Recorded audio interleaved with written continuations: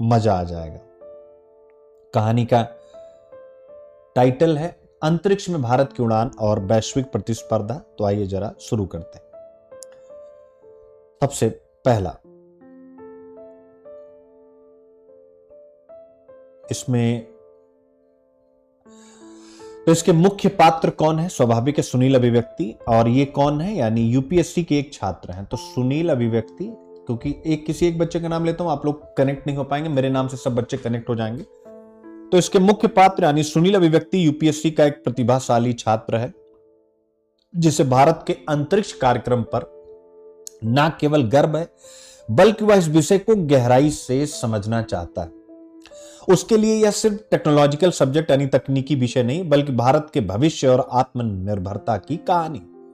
एक दिन सुनील यानी आप सब अपनी पढ़ाई के दौरान भारत के अंतरिक्ष कार्यक्रम, जिस पर मैंने आपको टॉपिक पढ़ा है, भारत के अंतरिक्ष कार्यक्रम, इंडिया के स्पेस प्रोग्राम पर एक संपादकीय पढ़ रहा था, यानी जो आज के संपादकीय में था। संपादकीय में हाल ही में इसरो द्वारा की गई उपलब्धियों का विस्तार से वर्णन था। उसने यानी सुनील ने अपनी नोटबुक में कुछ महत्वपूर्ण बिंदु लिखे, आप भी लिख सकते हैं। पहला, चंद्रयान और गगनयान मिशन। चंद्रयान और गगनयान मिशन। संपादकीय में बताया गया कि भारत का चंद्रयान 3 मिशन सफलतापूर्वक चंद्रमा के दक्षिणी ध्रुव पर उतरा। इससे चंद्रमा की सतह पर पानी और अन्य महत्वपूर्ण संसाधनों की संभावना बढ़ी। गगनयान मिशन की स्वीकृति के साथ भारत मानव अंतरिक्ष अन्वेषण में एक महत्वपूर्ण स्थान बनाने की ओर अग्रसर है। दूसरा, शुक्र यानी वीनस और ल्यूपेक्स मिशन।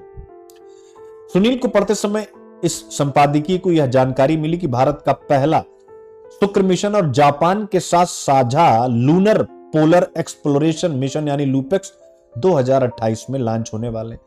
शुक्र मिशन से वैज्ञानिकों को अन्य ग्रहों की उत्पत्ति को समझने में सहायता मिलेगी, जबकि ल्यूपेक्स चंद्रमा के पोलर यानी ध्रुवीय क्षेत्रों का अध्ययन करेगा। देख सकते हैं प्रीलिम्स के लिए ल्यूपेक्स क्या करेगा। तीसरा, उसने संपादकीय में पढ़ा निजी क्षेत्र की भागीदारी के बारे में। यानी संपादकीय में यह भी बताया गया कि इसरो अब निजी कंपनियों के साथ साझेदारी कर रहा है, जिससे भारत के अंतरिक्ष बाजार में हिस्सेदारी बढ़ेगी, जो कि अभी बहुत कम है। तो अंतरिक्ष बाजार में भागीदारी पर भी अभी हम पढ़ेंगे। सुनील ने पढ़ा कि हिंदुस्तान एरोनॉटिकल लिमिटेड और एल&टी द्वारा निर्मित PSLV new space India limited द्वारा संचालित किए जा रहे हैं, और मणस्तु स्पेस तथा ध्रुवा स्पेस जैसी निजी कंपनियां ग्रीन प्रोपल्सन और उपग्रह प्रक्षेपण तकनीकों पर काम कर रही।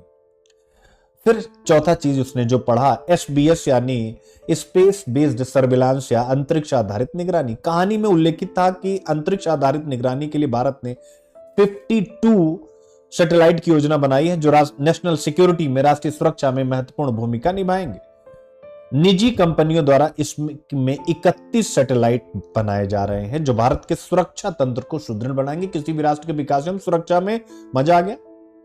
अब आता है कहानी का मोड़।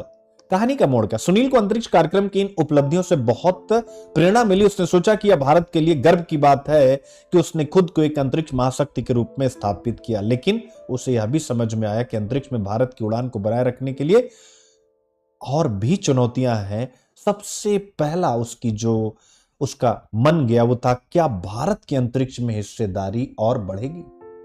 क्या भारत की अंतरिक्ष में हिस्सेदारी और बढ़ेगी? यह उसके सामने सबसे जटिल प्रश्न था, याद रखिएगा। अब यहां पर महत्वपूर्ण होता है यानी सुनील की यह चिंता। सुनील ने यह महत्वपूर्ण समझा, यह जानना चाहा कि भारत अंतरिक्ष मार्केट में आज कहां खड़ा है, और अगर वो पीछे है तो कैसे अपने आप को मजबूत बना सकता है। उसने अपनी नोटबुक में कुछ महत्वपूर्ण बिंदु लिखे। आप भी अपनी नोटबुक में कुछ महत्वपूर्ण बिंदु लिखिएगा। यानी सबसे बड़ा प्लेयर है यूएसए, और ध्यान से समझिएगा यूएसए क्यों है, वाई, उसके जितने भी रीजन यानी कारण है वो मैं आपको बताने जा रहा हूं। इसका रिजल्ट क्या होगा कि इन्हीं कारणों को हमें भी अपनाना होगा।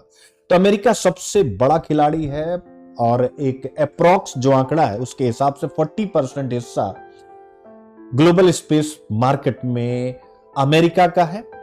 और कारण ऐसा क्यों है? क्योंकि अमेरिका की नासा यानी सरकारी संस्था plus SpaceX Elon Musk की कंपनी और ब्लू ओरिजिन और ऐसी अनेक कंपनियां उच्च तकनीकी क्षमताओं और निजी क्षेत्र यहां पर बड़ी भूमिका अदा कर रहा है। यानी नासा तो है ही है, लेकिन स्पेस एक्स, ब्लू ओरिजिन जैसी कंपनियां जो उच्च तकनीकी क्षमता रखती हैं, वह अपने देश में स्पेस एक्सप्लोरेशन में बड़ी भागीदारी कर रही हैं, याद रखिएगा। यानी अमेरिका स्पेस इंडस्ट्री में इनोवेशन और इन्वेस्टमेंट जबरदस्त रूप से कर रहा है, याद रखिएगा। तो ये हो गया यूएसए। अब सुनील की टिप्पणी क्या होती है, यानी सुनील इसको पढ़ते पढ़ते टिप्पणी लिखता है, कमेंट लिखता है। उसने लिखा कि अमेरिका का तकनीकी वर्चस्व, नंबर 1 सरकारी समर्थन, और दूसरा निजी कंपनियों की सक्रियता से आगे बढ़ रहा है। तो अब यही तो हमने भी एडिटोरियल की शुरुआत में आपको बताया कि भारत भी तो इसी पर फोकस कर रहा है, निजी क्षेत्र की भागीदारी। दूसरा यानी दूसरा बड़ा प्लेयर सुनील ने देखा रूस क्यों था? बिकॉज ऑफ द पुरानी ताकत, कारण वही पुरानी ताकत। यानी जब यूएसएसआर था, यानी जब रूस सेकेंड वर्ल्ड वॉर के बाद, सोवियत काल से रूस के पास स्पेस टेक्नोलॉजी का मजबूत आधार है। इसका सोयूज और प्रोटॉन रॉकेट सिस्टम, कौन सा? प्रोटॉन रॉकेट सिस्टम किफायती और भरोसेमंद है, जो उसे लगभग 20% की वैश्विक हिस्सेदारी प्रदान करता है, आप देख सकते हैं। अब सुनील की टिप्पणी क्या होती है? तो सुनील की टिप्पणी यानी आप सबके लिए, यूपीएससी एस्पिरेंट के लिए कहानी बताइएगा आज वाली कैसी लगी।